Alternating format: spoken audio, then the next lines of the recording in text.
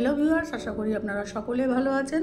আজকে আপনারা দেখবেন সহজ পদ্ধতিতে তৈরি একটা অসাধারণ স্বাদের পোলাও রেসিপি। আমাদের বাড়িতে এমন অনেক মানুষ আছেন যারা মাংস খেতে চান না বা মাংস খান না। বিশেষ দিনে তাদের জন্য স্পেশাল ব্যবস্থা করতে আমাদের অনেক চিন্তায় পড়তে হয়, কিন্তু এবার সেই দিন শেষ। এই পোলাওটা আপনারা একবার তাদের বানিয়ে খাওয়ান, দেখবেন তারা কী অভিব্যক্তি দেন।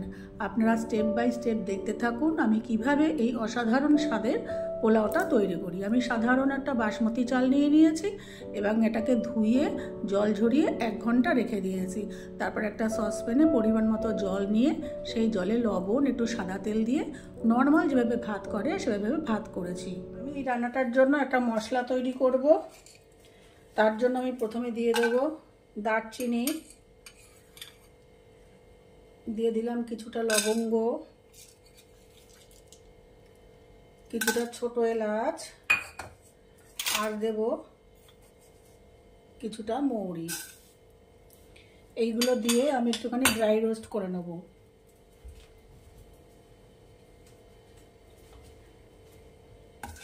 ড্রাই রোস্ট করে নেবো, একদম খয়েরি করে পুড়িয়ে ভাজবো না, কড়া ভাজবো না, জাস্ট একটু স্যাঁতস্যাঁতে যে ভাবটা সেটা কাটিয়ে নেব, আর কিচ্ছু না। গ্যাসের ফ্লেমটা একটু মিডিয়াম টু লো করে ভাজতে হবে। যেই তাওয়াটা একটু বেশি গরম হয়ে যাবে একদম বন্ধ করে দেবো, সেই তাওয়ার গরমেই বাদবাকি ভাজাটুকু মানে সেঁকাটুকু আমার হয়ে যাবে। এটাকে আমি পুরোটা ঠান্ডা করব, ঠান্ডা করে তবে আমি গুঁড়ো করব। এটা খেয়াল রাখতে হবে যেন কোনোভাবেই মশলা গরম না থাকে।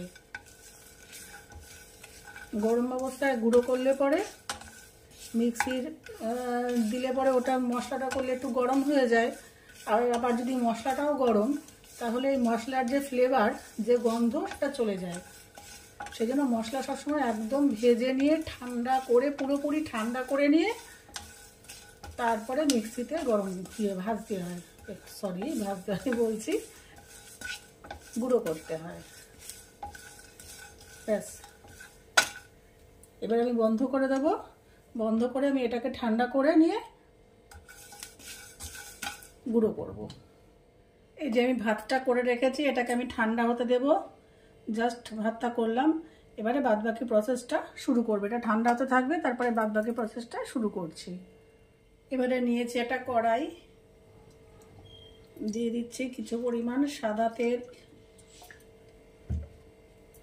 আর দেব ঘি। মানে সাদা তেলটা বেশি দিলাম, ঘিটা একটু কম দিলাম। আপনারা যদি পুরোটা ঘি দিয়ে করতে চান পুরোটা ঘি দিয়েও করতে পারেন, বা পুরোটা সাদা তেল দিয়ে করে নামানোর আগে একটু ঘি ছড়িয়ে দিতে পারেন।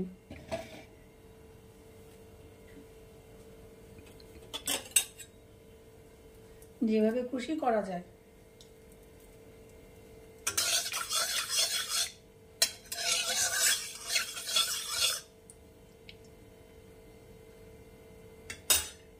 এবারে দিয়ে দেব আমি, তেল ঘিটা গরম হয়ে গেছে, দিয়ে দিচ্ছি দারচিনি, দিয়ে দিচ্ছি কটা ছোট এলাচ, আর দিয়ে দিচ্ছি কয়েকটা লবঙ্গ। গ্যাসের ফ্লেমটা একদম কমিয়ে দিচ্ছি, কেননা তাহলে ঘিটা পুড়তে শুরু করবে। আচ্ছা, এরপরে দিয়ে দেব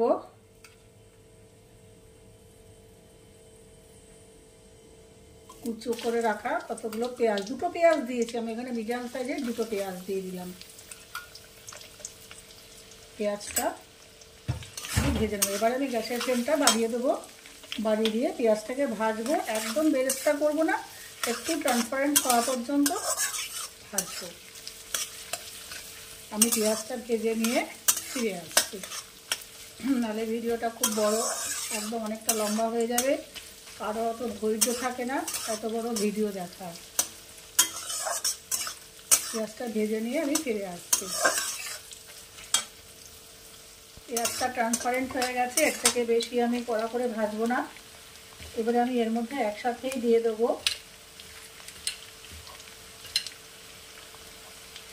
নুন হলুদ মাখিয়ে রেখেছি চিংড়ি মাছগুলো, দিয়ে দেবো চিংড়ি মাছ।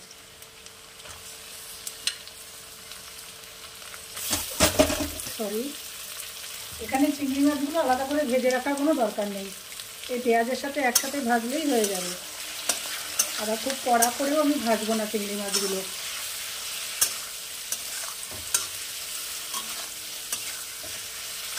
আচ্ছা, এটা ভাজতে ভাজতে আমি দিয়ে দেবো কয়েকটা কাঁচা লঙ্কা। আমি কিছু কাঁচা লঙ্কা আস্ত দিয়েছি আর কিছু কাঁচা লঙ্কা এরকম চিড়ে দিয়েছি।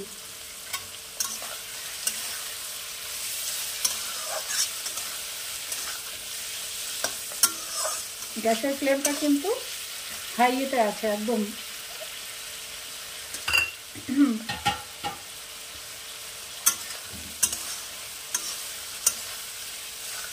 চিংড়ি মাছ কিন্তু বেশি ভাজলে শক্ত হয়ে যায়, তখন কিন্তু খেতে ভালো লাগে না।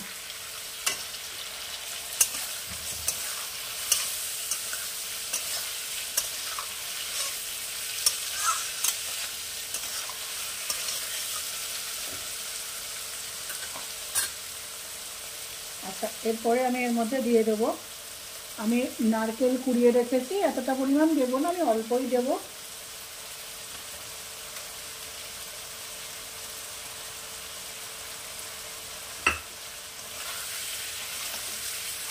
অর্ধেক পরিমাণ দিলাম, আর অর্ধেক আমার অন্য রান্নায় লাগবে, সেই জন্য রেখে দিলাম। এবার এটাকে একটুখানি নাড়াবো আর হতে দেবো।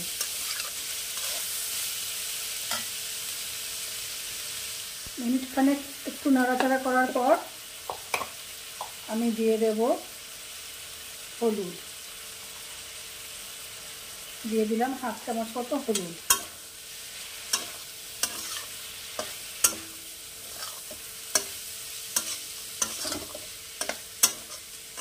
একটু নাড়াচাড়া করে নেওয়ার পরে আপনারা স্টেপ বাই স্টেপ দেখতে থাকুন যে আমি কীভাবে রান্নাটা করি। স্কিপ করে গেলে কিন্তু কোনটার পরে কোনটা দিচ্ছি সেটা বোঝা যাবে না, একদমই বোঝা যাবে না। খুব সহজ রান্না, কিন্তু স্টেপ বাই স্টেপ দিতে হবে। আচ্ছা, এরপর দিয়ে দিচ্ছি এই হাফ বাটি পরিমাণ একটু জল দিয়ে গ্যাসের ফ্লেমটা আবার একটু বাড়িয়ে দিলাম, দিয়ে এবার এই মাছটাকে সিদ্ধ হতে দেবো। ব্যাস, এইটুকু জলে এনাফ, এর বেশি জল দেওয়ার দরকার নেই। মাছটা সিদ্ধ করে আমি ফিরে আসছি।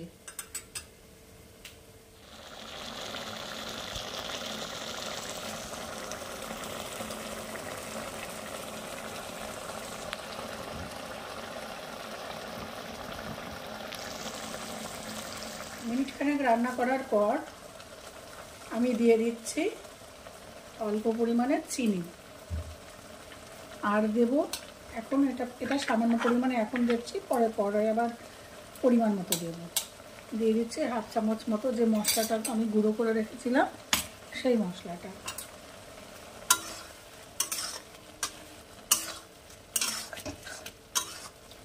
একটু নাড়াচাড়া করে একটু রান্নাটা জাস্ট করে নিলাম। এবারে আমি যে ভাতটা করে রেখেছিলাম এর মধ্যে দিয়ে দেব।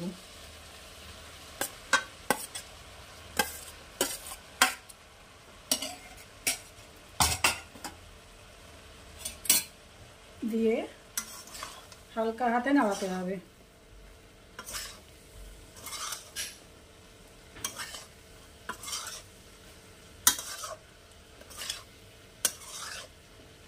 এইবারে আমি দিয়ে দেবো যে মশলাটা আমি করে রেখেছিলাম গুঁড়ো মশলাটা, সেটা 1 চামচ এখানে দিয়ে দেবো।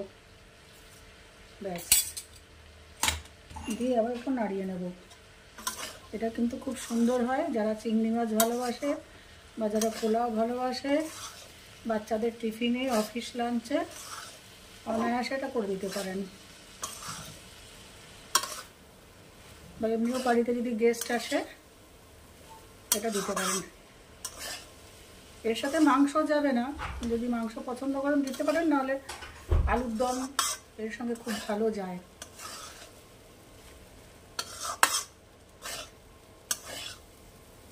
এবার যেহেতু পোলাও একটু মিষ্টি মিষ্টি হয়, এর মধ্যে দিয়ে দেবো আর একটু চিনি।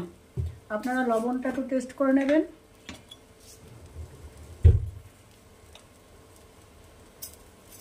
দিয়ে দিলাম আর একটু চিনি।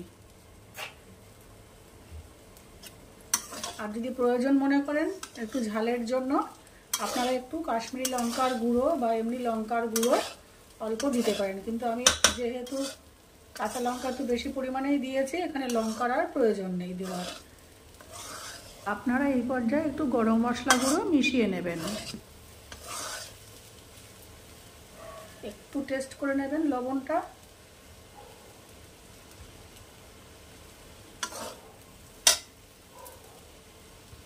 আর একটু লবণ লাগবে এখানে আমার, দিয়ে দিলাম লবণ।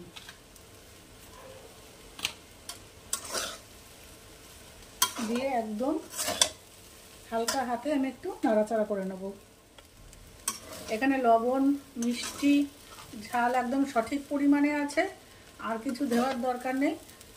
আপনারা এগুলো পরিমাণ মতো দিয়ে দেবেন, হালকা হাতে নাড়াচাড়া করবেন। এবারে দিয়ে দেবো আমি এখানে বড় চামচের 1 চামচ মতন একটু কেওড়া জল। নামানোর আগে একটু কেওড়া জল দেব, আর দেব 1 চামচ ঘি। দিয়ে নাড়িয়ে চাপা দিয়ে রেখে দেবো, তারপরে সার্ভ করবো। কিছুক্ষণ পর সার্ভ করবেন। ফিরে আসছি আপনাদের কাছে ফিটিং করে। তৈরি আমার প্রন পোলাও।